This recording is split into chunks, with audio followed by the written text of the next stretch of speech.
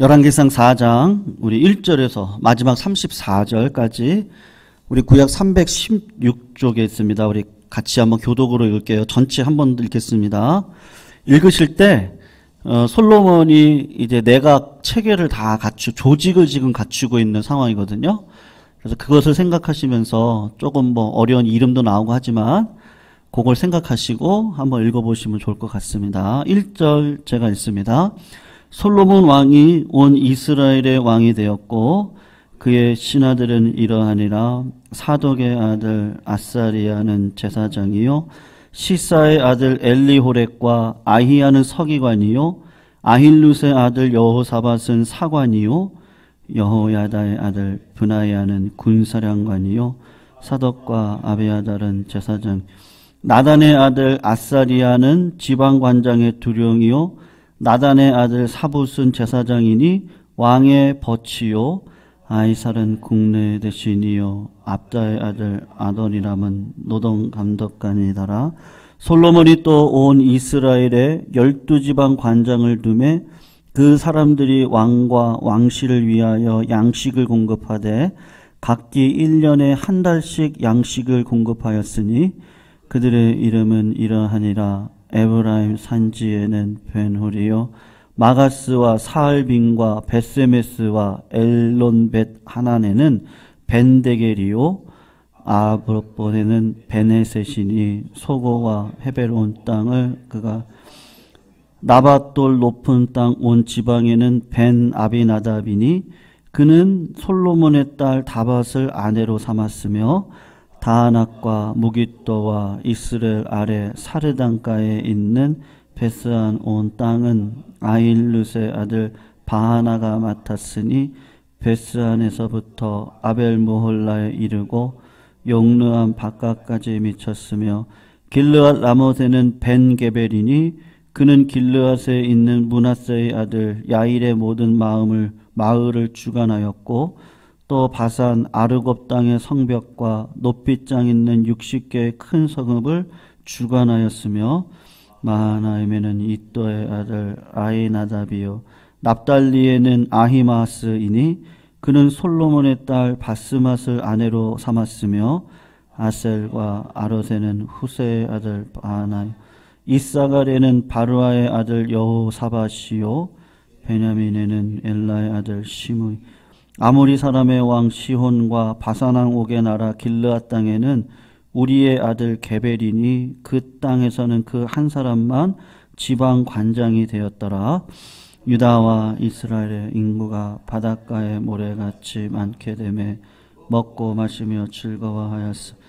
솔로몬이 그 강에서부터 블레셋 사람의 땅에 이르기까지와 애굽 지경에 미치기까지의 모든 나라를 다스림으로 솔로몬이 사는 동안에 그 나라들이 조공을 바쳐 섬겼더라. 솔로몬의 하루의 음식물을 가는 밀가루가 30고루요 굵은 밀가루가 60고루요 살찐 소가 10마리요 초장의 소가 20마리요 양이 100마리이며 그 외에 숫사슴과 노루와 암사슴과 살찐 새들이었더라. 솔로몬이 그 강 건너편을 딥사에서부터 가사까지 모두 그 강편의 왕을 모두 다스림으로 그가 사방에 둘린 민족과 평화를 누렸으니 솔로몬이 사는 동안에 유다와 이스라엘이 단에서부터 부엘세바에 이르기까지 각기 포도나무 아래와 무화과나무 아래에서 평안히 살았더라.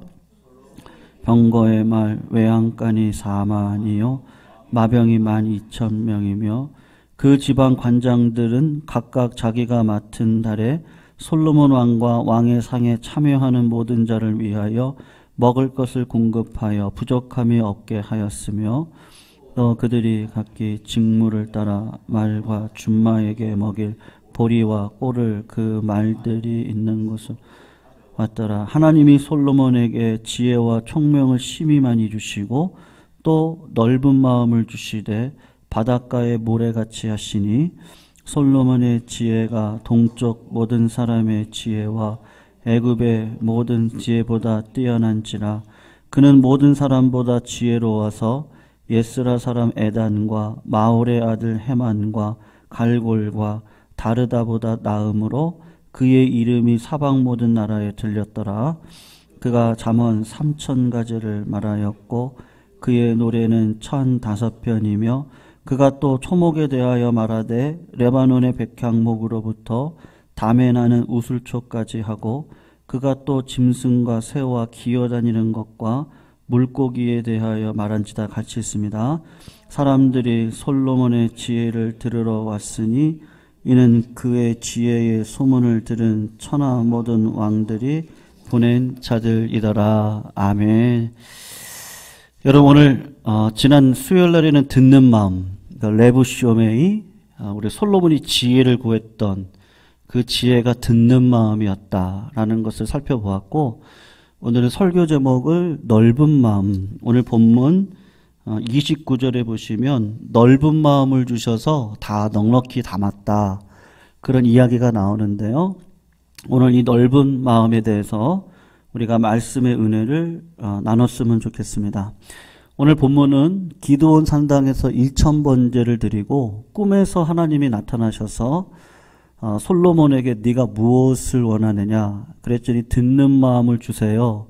그랬더니 너무나도 기특해서 듣는 마음을 줄 뿐만 아니라 지혜죠. 지혜를 줄 뿐만 아니라 부귀와 영화도 같이 주었던 그런 사건이 있고 난 다음에 이제 솔로몬이 그 지혜를 펼쳐가는 과정 가운데 있는데 나라를 이렇게 지혜롭게 세워가는 겁니다. 여러분 오늘 솔로몬의 그 내각, 그러니까 솔로몬이 인권, 좋은 사람을 만나는 것도 복이지만 내 옆에 있는 사람을 좋은 사람으로 키워가는 게 사실은 더 큰 복입니다. 솔로몬이 인권의 복이 있었는데 하나님께서 주신 지혜로 잘 적재적소에 모든 사람들을 배치하고 직무를 주고 그의 일들을 실행해 가도록 이끌어 갑니다.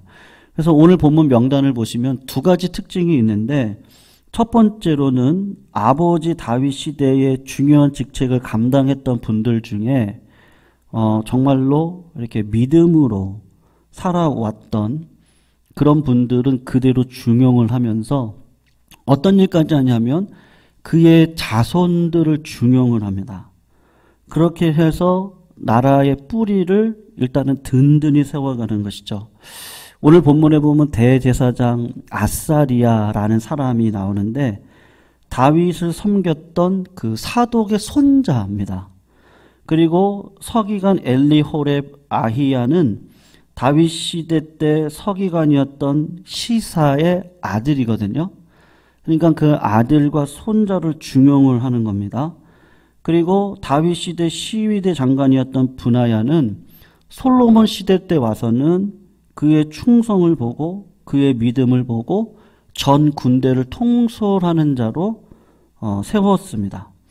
그리고 솔로몬과 브나야의 명을 받아서 군의 일을 수행하는 관리장 아사리야가 누구냐면요, 다윗 시대 때 다윗에게 직언을 했던, 당신 회개하셔야 됩니다, 당신이 간음죄를 범했습니다, 그렇게 이야기했던 나단 선지자의 아들입니다. 더불어 정치적인 일을 담당하면서 영적인 일이나 사적인 일에 왕에게 조언을 하는 직책을 맡았던 대신, 그 대신이라고 하는 직분이 있는데 그 직분을 맡았던 자가 누구냐면 사붓인데, 그 사붓이 누구냐면 나단 선지자의 또 다른 아들입니다. 다윗에게 목숨을 걸고 충성 어린 조언을 했던 나단 선지자, 그의 아들들이 솔로몬 시대의 왕의 벗이라라고 하는 칭호를 얻어가면서 친밀한 관계 속에서 조직을 이렇게 세워 나가는 것이죠. 여러분, 그 뿌리, 우리 교회도 개척을 하고 지금까지 우리 어르신들의 노력들이 있지 않았습니까? 또 우리 중진들, 중직자들의 또 남들 모르게 또 고민하고 눈물 흘렸던 그런 부분들이 분명히 있습니다. 그냥 그런 모든 것들이 새 시대니까 다 끊어버리고, 그럴 수 없죠. 뿌리는 그대로 뿌리대로 두고 그 뿌리가 더 건강해지고 더 뭐라고 할까요? 더 하나님 보시기에 은혜로워지고 믿음이 굳건해지고 말씀을 더 뿌리 깊게 내리고 흔들리지 않고 더 깊게 내려가는 거죠.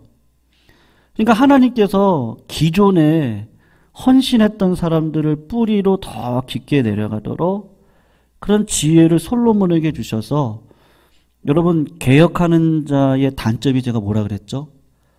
무너뜨리는 건 너무 잘해요. 개혁해야 된다. 근데 세우는 게 약한 거예요. 우리 주님이 십자가의 사랑으로 둘이 됐던 담을 세우고 둘이 되었던 세력들을 다 담을 무너뜨리고 하나가 되게 하는, 이스라엘과 유대인들과 이방인들이 하나가 되어지고, 그리고 결코 하나가 될 수 없는 혈연지간, 뭐라고 할까요? 지연, 우리 고향 선후배간, 또 학연, 수많은 걸로 세상은 다 나누잖아요. 다 나눕니다. 지역으로도 나누고, 무슨 동네가 있고 이런 동네도 있다. 그런 지역으로 나누는 이 세대 속에서 우리 주님이 지혜를 가지고 했던 그 하나가 되는 일에 솔로몬이 오늘 참 잘한 게 뭐냐? 그 믿음을 잘 분별을 해서 믿음이 있는 사람들, 전문성이 있는 사람들, 여러분 보시면 어떤 가족은요, 목회자가 3대, 4대까지 갑니다.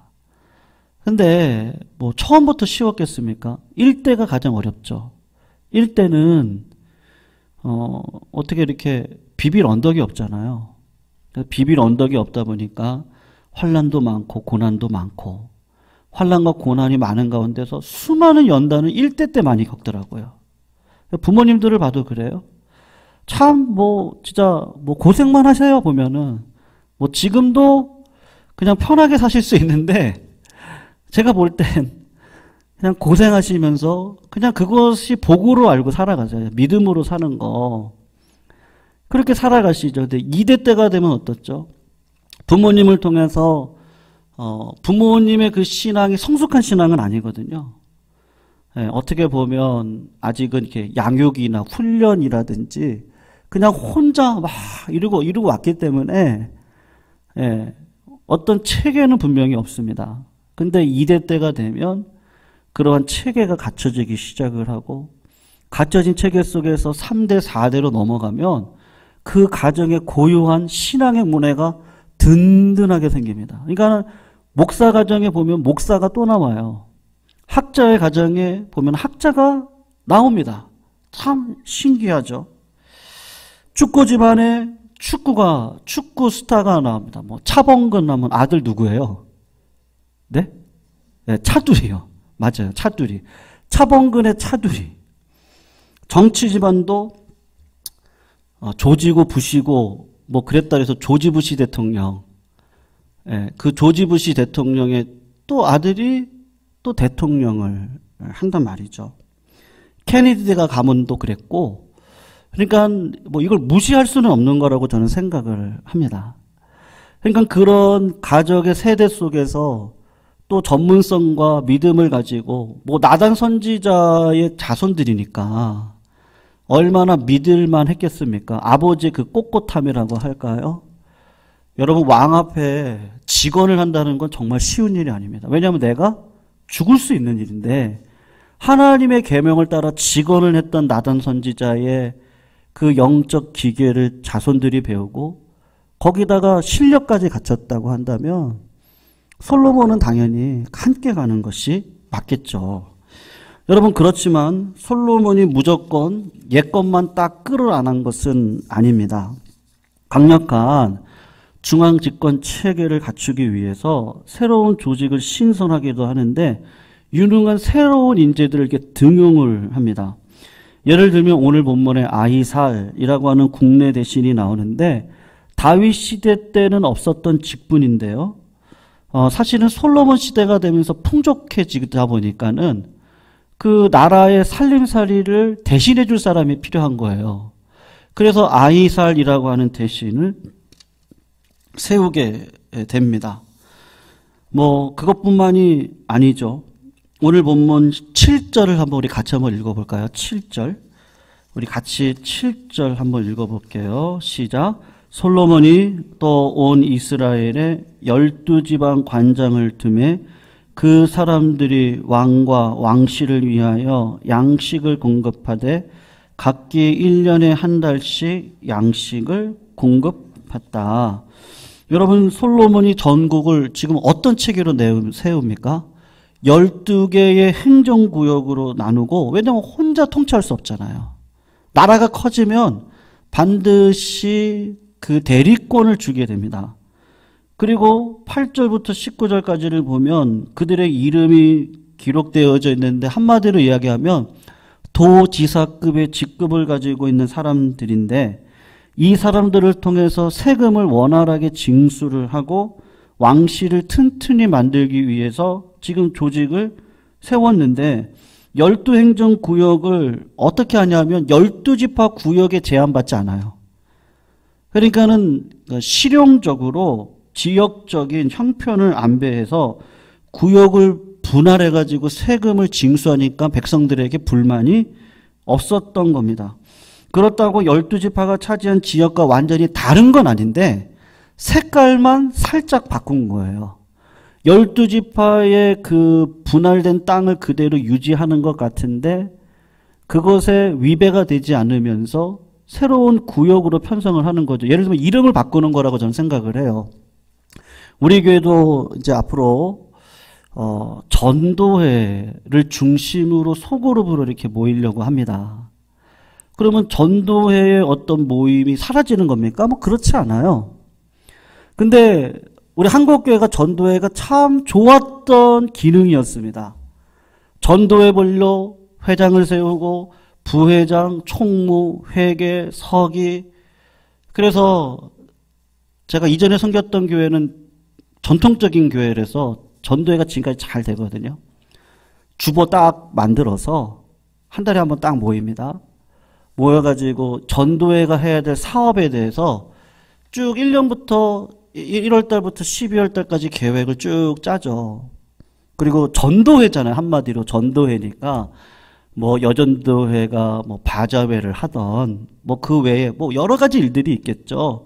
아니면 선교지를 이번에는 우리가 좀 후원을 하자라든지 여러 가지 우리가 선교지를 한번 가보자 라든지 그런 역할들을 했단 말입니다. 그런데 한국교회가 미국에 있는 시스템을 이렇게 도입을 하다 보니까 어떤 일이 발생을 하죠? 전통적인 어떤 조직들의 어떤 명분과 색깔은 사라지기 시작을 하면서 새로운 조직, 구역이 됐던지요, 소그룹이, 우리 교회는 소그룹이라고 지금 몸을 칭했지만, 셀이 됐던, 목장이 됐던 그런 것들이 들어오면서 전도회가 유명무실해지는 경우들이 상당히 많습니다. 물론 그전에 했던 교회가 다 잘 됐냐? 그렇지 않아요. 남전도회는 힘을 다 잃어버렸어요. 네. 왜냐하면 남전도회는 우리 여성분들보다는 일찍 돌아가시잖아요.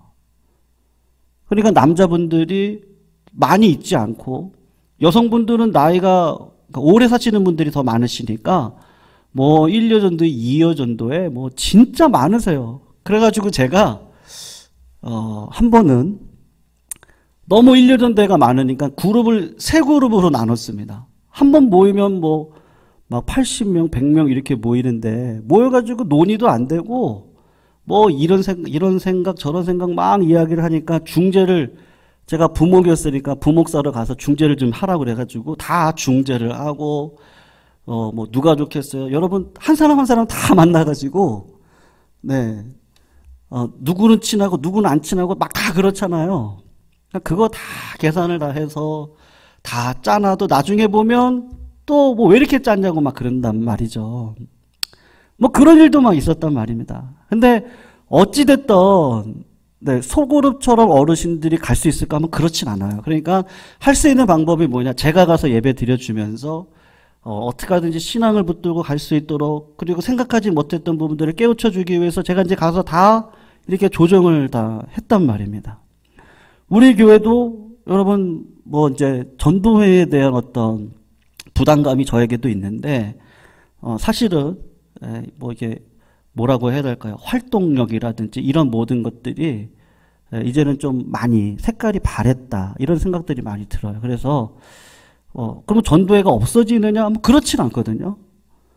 오히려 전도회를 중심으로 신앙으로 뭉쳐가지고 다시 회복을 해서 옛날 전도회 기능이 가졌던 그 기능들.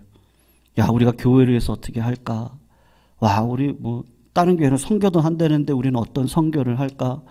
이 지역사회에 우리가 좀 해야 될 일이 뭘까? 우리가 좀 반찬 나누는 거를 좀 할까?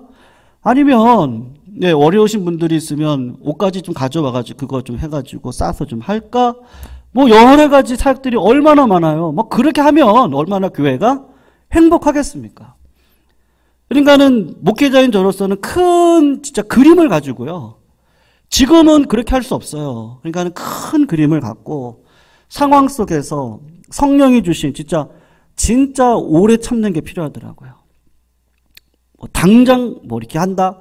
뭐 그래가지고 되는 법도 없고 때 시기를 기다려야 되고 하나님께서 주시는 사람들을 붙여주셔야 되고 그것보다 더 중요한 것은 마음이 바뀌어야 되는데 그 마음이 할 수 있다라고 하는 마음으로 바뀌어가는 그 과정을 그때까지 기다린다는 거. 여러분 솔로몬도 마찬가지죠. 12지파 다 구역 무시해버리고 그러면 지파 간에 분열이 일어나지 않겠습니까? 왜? 우리 지파는 영원히 준 지파의 땅인데요. 그거를 무시하고 구역을 막 잘라버린다고 해보세요. 그러면 어떤 일이 벌어지겠습니까? 분열만 일어날 거란 말이죠. 마음도 모아지지 않을 것이고 그러면 이 나라가 되겠습니까? 그러니까 솔로몬은 지금 뿌리를 깊게 내리는 옛세대 뿌리를 깊게 내릴 수 있도록 그의 후손들과 자손들을 등용을 하고 그리고 나라가 커지니까 커지는 조직에 맞춰서 지파를 딱 그 지파 위에다가 행정조직을 12조직으로 세워서 세금 징수를 원활하게 해서 그 돈을 가지고 나라 살림살이를 해나갈 수 있도록 도지사들을 세우는데 새로운 사람들을 세워나가기 시작을 하는 거예요. 여러분 솔로몬이 잘하는 게 뭡니까? 조금씩 바꿔가는 거예요. 조금씩이요. 그래서 저는 우리 교회가 뭐 장로님들께도 말씀을 드렸고 성도님들께도 금요기도를 통해서 몇 번 말씀드리지만 1년에 한 가지만 정착을 하면 성공합니다. 제 말은 한 가지를 성도들이 한 마음이 되어져서 이거 이렇게 하면 되는구나 라고 하는 것을 깨닫고 걸어가면 되거든요. 그래서 저는 그렇습니다. 내년에 그냥 우리 교회가 이렇게 뭐 누구 통해서 이야기 듣고 이런 것이 아니고 그냥 제단 속에서 기도 제목은 다 같이 이야기를 나누고 그리고 기도 제목이 있으면 다 올라와서 이 제단에서 기도 제목을 다 얘기를 나누고 소그룹으로 다 들어가셔서 거기서 뭐 처음부터 뭐 신앙으로 이렇게 나눌 수 있겠어요? 쉽지 않으니까 일단은 제가 내년에는 조금 힘이 들어도 할 수 있는 그룹 전도회별로 해서 할 수 있는 그룹들을 제가 직접 들어가서 6개월이 되든 1년이 되든 삶을 나누면서요. 우리 마음밭이 바꿔가는 거. 그렇게 해서 1년 딱 지났을 때 스스로가 모여가지고 우리가 예배 끝나고 우리가 주일 예배 끝나고 나면 우리가 이제 식사할 날이 분명히 있지 않겠습니까? 그러면 식사가 끝나고 나면 그냥 뭐 이렇게 그룹을 만들어서 해보세요 이러면 절대 안 되거든요. 우리가 같이 은혜를 나눠보고 말씀을 이렇게 적용을 하고 말씀대로 살아가는 건 이렇구나. 여러분 같이 만나가지고 이야기를 하다 보면요. 제가 어떤 일을 경험했냐면 그 권사님은 그 교회에 정말 20년 넘게 봉사하신 분이고 교육위원회 중요한 역할도 감당하시고 뭐 교육부서에 없어서는 안 될 그는 아주 교사로서 뛰어난 자질도 가지고 계신 분이세요. 그런데 12명 여자를 모아서 제가 성경 공부를 시켰는데 여러분 공부만 하겠습니까? 이제 삶도 나누고 뭐 여러 가지 이야기들을 나누겠죠. 근데 그분이 마지막에 어떤 고백을 하셨느냐 하면 이렇게 고백을 하시더라고요. 나만 고민하는 줄 알았다는 거예요. 나만. 그리고 내가 신앙이 좋았다고 생각을 했다는 거예요. 근데 그 안에는 나이가 어리신 자매분도 있었거든요. 근데 오히려 나이가 어린데도 이게 인터넷으로 나가서 자녀를 먼저 잃었어요. 근데 그거를 믿음으로 이겨내셨어요. 여러분. 근데 뭐 그 이겨낸 과정은요, 교회 1년을 와가지고요, 맨날 우세요. 맨날 우세요. 그게 쉬운 일이 아닙니다. 그거를 이겨낸다는 게요, 신앙으로 이겨내고, 다시 회복되고, 그리고 교회를 위해 일을 하고, 공부를 시작하고, 다른 사람을 세우기 위해서 내가 이렇게 헌신한다? 이게 정말 쉬운 일 아닌데, 그런 고백을 다 듣는 거예요. 아, 저 사람에게는 저런 신앙에 고민이 있는데, 와, 저렇게 해서 이겼네? 나이가 본인보다 한 열 몇 살 어려요. 그러니까 자기가 부끄럽다 그러더라고요. 부끄럽다고. 여러분, 교회가 뭐 솔로몬 나라도 마찬가지지만 하나가 될 수 있는 건 뭐예요? 뭐 만나가지고 뭐 우리 여자분들 뭐 오늘 저녁 뭐 할까, 반찬 뭐 할까 부터 시작을 해서 뭐 수많은 이야기들이 할 수 있겠죠. 뭐 그런 일 이야기하시면 안 돼요. 이건 아닙니다. 그것도 삶이니까 다 이야기하시는데, 결국에는 신앙 안에서 문제를 풀어가야죠. 저희들이 믿음으로 풀어가야 되는데, 그 일들이 우리 가운데 반드시 있어야 되는 것이죠. 그래서요, 여러분, 지혜가 필요합니다. 잠언 4장 6절 7절을 보면, 지혜를 버리지 말아라. 그가 너를 보호하리라. 그를 사랑하라. 그가 너를 지키리라. 지혜가 제일이니 지혜를 얻어라. 내가 얻은 모든 것을 가지고 명철을 얻어라.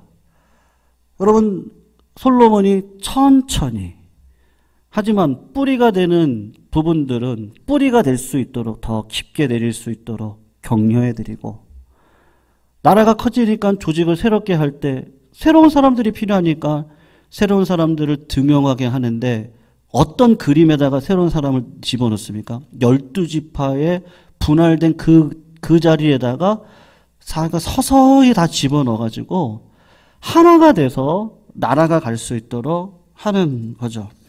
여러분, 결과적으로 어떤 일이 일어나죠? 그렇게 하면요, 지혜롭게 하면 급하게 하지 않고 때를 기다리고, 어쨌든 시간은 지나가야 됩니다. 여러분, 코로나 때 우리가 뭐를 할 수 있어요? 저는 이것도 은혜라고 생각하는데요, 그냥 말씀 듣고 하나님 왜 이걸 나에게 허락하셨을까 생각하며, 형통한 날엔 기뻐하고 공고한 날엔 되돌아보고 생각하면서 내 믿음을 점검하는 시간, 전 그게 참 필요했다 생각하거든요. 제 개인적으로도 우리 교회적으로도 그냥 시간을 보내야 됩니다. 지금 어쩔 수가 없습니다. 전문가들이 내년 가을쯤 지나가면 이제 마음껏 같이 식사할 수 있지 않을까. 뭐 분명히 그럴 때가 오겠죠. 내년이 됐든 내후년이 됐든. 중요한 건 인생이 내 마음대로 되는 법이 없잖아요. 뭐 이번 일뿐만이겠습니까? 모든 거 우리가 기도하지만 때를 기다려야 되는데, 솔로몬이 때가 딱 됐을 때 급하게 일을 처리하지 않고 점진적으로 큰 그림 안에서 내가 1단계는 어떻게 할 것인지, 2단계는 어떻게 할 것인지, 3단계는 어떻게 지혜롭게 할 것인지를 하나님이 다 지혜를 주셔서 하게 하니까, 여러분, 그러면요, 세워지는 겁니다. 그래서 오늘 본문 20절, 21절 우리 같이 한번 읽어보겠습니다. 20절, 21절 있습니다. 시작. 유다와 이스라엘의 인구가 바닷가의 모래같이 많게 되매 먹고 마시며 즐거워하였으니, 솔로몬이 그 강에서부터 블레셋 사람의 땅에 이르기까지와 애굽 지경에 미치기까지의 모든 나라를 다스림으로 솔로몬이 사는 동안에 그 나라들이 조공을 바쳐 섬겼더라. 아멘. 여러분, 이 축복이 이루어지는데 솔로몬 시대 때에 22절에서 23절 한번 보세요.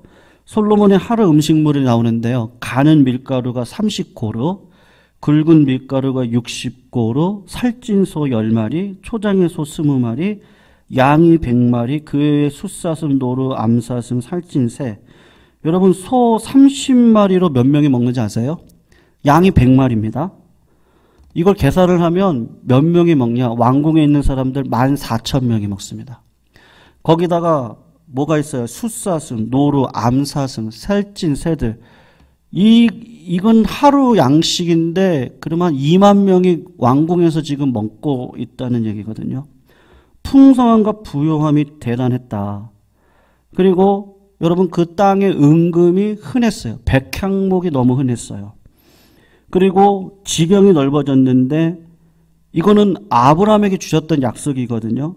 북쪽 경계 유브라 땅에서 서쪽 경계 블레셋 지파, 이쪽에 지중해 땅이 있습니다. 그리고 밑쪽으로 내려가면 애굽의 경계가 있거든요. 거기까지 단에서부터 부엘세바까지 지중해 해안까지 그 땅을 다 차지를 하고 주변에 있는 나라들은 다 속국이 되어져서 공양을 바치는 나라가 다 되어지는 이것을 지금 보여주고 있어요. 그리고 뭐를 보여주죠? 솔로몬의 지혜가 엄청나가지고 수많은 사람들이 그 지혜를 듣기 위해서 이 나라로 다 옵니다. 여러분, 이게 무엇을 상징한다고 보세요? 지금 솔로몬 나라는 완벽한 나라입니다. 근데 진짜 지혜의 왕은 누구시죠? 예수예요. 진짜 지혜의 왕은 예수예요. 아브라함 때 뭐라고, 그것보다도 창세기 1장 28절에 보면 하나님께서 아담과 하와에게 복을 주시면서 뭐라고 얘기하면 생육하고 번성하라, 땅에 충만하라, 땅을 정복하라, 땅에 대한 이야기를 합니다. 그리고 아브라함 때 와가지고는 내가 너의 본토 친척 내 아비 집을 떠나서 내가 내게 지시할 땅으로 가라. 너를 축복하는 자에게는 내가 복을 내리고 너를 저주하는 자에게는 저주를 내릴 것이다. 그렇게 이야기를 합니다. 그런데 그 땅에 그 솔로몬이 왕권을 가지고 이제 완벽하게 하나님께서 얘기하신 땅을 다 차지했습니다. 근데 솔로몬은 어떤 왕이에요? 지혜의 왕이에요? 우상숭배의 왕이에요? 두 쪽 다인데요. 둘 중에 하나를 따지다고 한다면 어떤 왕이에요? 우리가 자꾸 오해를 하는데요. 의인은 없나니? 하나도 없어요. 자꾸 우리가 오해를 해요. 우리가 지난주 살폈던 것처럼 듣는 마음을 달라고 했는데 그 앞에 어떤 일이 벌어졌어요? 이집트의 딸을 자기 부인으로 맞이해요. 그거가 단초가 되어져서 우상 숭배가 이때부터 시작이 돼서 이스라엘 나라가 왜 갈라져요? 요 씨앗 때문에 갈라지거든요. 성경을 꼼꼼히 읽어보시면 솔로몬이 잘했기 때문에 이 땅이 세워졌다가 아니에요. 그럼에도 불구하고 하나님이 지혜 주셔서, 그럼에도 불구하고 3,000번제를 드릴 수 있는 감화와 감동의 마음을 주셔서, 그럼에도 불구하고, 왜냐하면요, 다윗 때 얘기했거든요. 네 아들을 통해서 내가 성전을 질 거야. 솔로몬이 뭘 잘해서요? 태어나지도 않았어요. 근데 하나님께서는 네 자손을 통해서 성전이 세워지듯이, 그 성전은 결국은 다 무너지죠? 내 아들, 다윗의 아들 솔로몬을 통해 성전을 세워지듯이 내 아들 예수를 통해서 지혜의 왕, 빛과 진리로 오신 그 왕이 이 땅 가운데 오셔가지고 새로운 성전을 세우는데 그 성전이 어떤 성전이에요? 여러분들의 마음 가운데 있는 이 성전이요. 그래서 주님이 뭐라 얘기하시죠? 내가 죽는 게 너희들한테 유리하다. 더 복되다. 왜요? 성령님이 내 마음 성전에 찾아오셔서 영원토록 거하시는 거예요. 땅이 있어요, 지금요. 하나님의 주권이 말씀으로 있어요. 필요한 게 뭐예요? 백성이요. 나라를 이루는 요소가 뭐예요? 땅이 있어야 됩니다. 나라에 주권이 있어야 됩니다. 주권이 없으면 안 됩니다. 지금 우리나라의 주권이 완벽한 주권입니까? 그렇지 않아요. 강대국의 어떤 지배하에 허락된 주권을 가지고 우리가 살아가요. 이거는 아니에요. 그럴 수가 없어요. 왜냐하면 아직은 약한 나라니까요. 그래도 주권이 있어요. 그리고 뭐가 있어야 돼요? 백성이 있어야죠. 하나님은 이 땅 가운데 땅을 펼쳐 놓으시고, 그게 역사죠. 시간과 공간을 만드셨어요. 하나님이 시간과 공간을 만들어서 처음부터 끝을 만들어 놓으시고, 땅과 하늘을 만드시고, 백성을 세우시고, 주권을 주셨는데, 왕같은 제사장의 주권을 우리에게 주시고, 하나님께서 구약과 신약을 통해서 지금까지 얘기하셨던 게 뭐냐 하면, 솔로몬이 이렇게 세운 것처럼요, 지혜의 왕 예수 그리스도를 모시는 자는 어떤 일이 벌어집니까? 내가 성전인 거예요. 그리고 하나님의 크신 뜻을 이 땅 가운데 이룰 수 있는 믿음의 길을 걸어가는데, 그 길이 뭐죠? 여러분, 오늘 24절에서 25절 말씀 중요한 구절이어가지고요, 우리 같이 한번 읽어볼게요. 24, 25절 있습니다. 시작. 솔로몬이 그 강 건너편을 딥사에서부터 가사까지 모두 그 강 건너편의 왕을 모두 다스림으로 그가 사방에 둘린 민족과 평화를 누렸으니, 솔로몬이 사는 동안에 유다와 이스라엘이 단에서부터 부엘세바에 이르기까지 각기 포도나무 아래와 무화과 나무 아래에서 어떻게 했다고요? 평안히 살았더라. 아멘. 여러분, 하나님 나라의 특징이 무엇이죠? 평안이죠. 근데 이 땅에 없는 게 뭐예요? 평안이죠. 평안이 없으니까 어떻게 해요? 내가 좀 더 물질적으로 풍요하면 조금 평안할 것 같아요. 육신의 건강이 평안하지 않으니까 뭔가 보험을 들어놓으면 평안할 것 같아요. 이렇게 왔다 갔다 살아가는 것보다는 뭔가 집이 하나가 땅 있으면 그게 더 평안할 것 같아요. 그래서 젊은이들이 영혼을 끌어서라도 집을 사고 있어요. 내가 건강하려면 좀 운동이라도 해야 되니까 헬스클럽도 끌고 뭐 회원권도 가지고 뭐를 해야 하면 그게 좀 평안할 것 같아요. 근데 평안한가요? 죽음의 자리 앞에서 평안한 자들은 아무도 없습니다. 네. 오늘도 잠깐 예배 올라오기 전에 잠깐 소식을 전했는데, 제가 알고 있는 어떤 분, 진짜 한 달 전에 뵀는데 본인이 응급차를 좀 불러달라고 암투병하고 계시거든요. 그래서 지금 병원을 갔는데 지금 오늘 내일 할 것 같다고 한 달 전도 안 된 것 같은데요. 참 젊은 나이인데 죽음 앞에 그 마음을 딱 듣고 올라오는데요, 평안이 없더라고요. 야, 인생이 또 누군가 알지 못하는 한 사람은 또 가는구나, 이런 생각이 딱 오는데요. 그분에게 집이 없습니까? 뭐가 없습니까? 그런데 평안하지가 않죠. 근데 뭐가 진짜 평안한가요? 이 성전에 성령 하나님이 정말 친정 어머니 같이 내 인생을 끌어주시고, 내 아버지가 그 아들을 보내주셔서 나를 위해 평생 중보기도 해주시고, 그런 가운데 진짜 평안이 뭐지? 수고하고 무거운 짐진 자들아 다 내게로 와라. 내가 너희를 쉬게 하리라. 내 멍에를 메고 배워라. 마음이 쉬어가고 사랑을 배워가는 내 인생의 삶 가운데 진짜 평안이 있죠.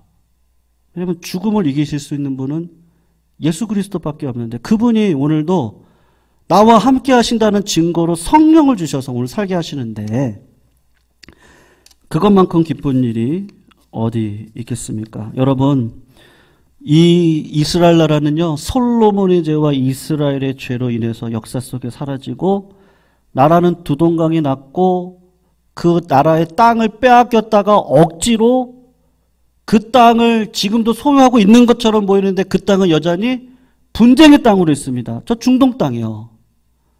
하나님께서 보여주고 싶은 건 그 땅이 아니라는 거예요. 저 땅 말고 우리 마음 가운데 있는 이 땅, 이 성전 땅, 이 땅. 그래서 아직은 예수님이 오시지 않았으니까 믿음으로 살아야 되는데, 그때까지 하나님께서 소망도 주시고 사랑도 주실 거예요. 믿음도 주실 거예요.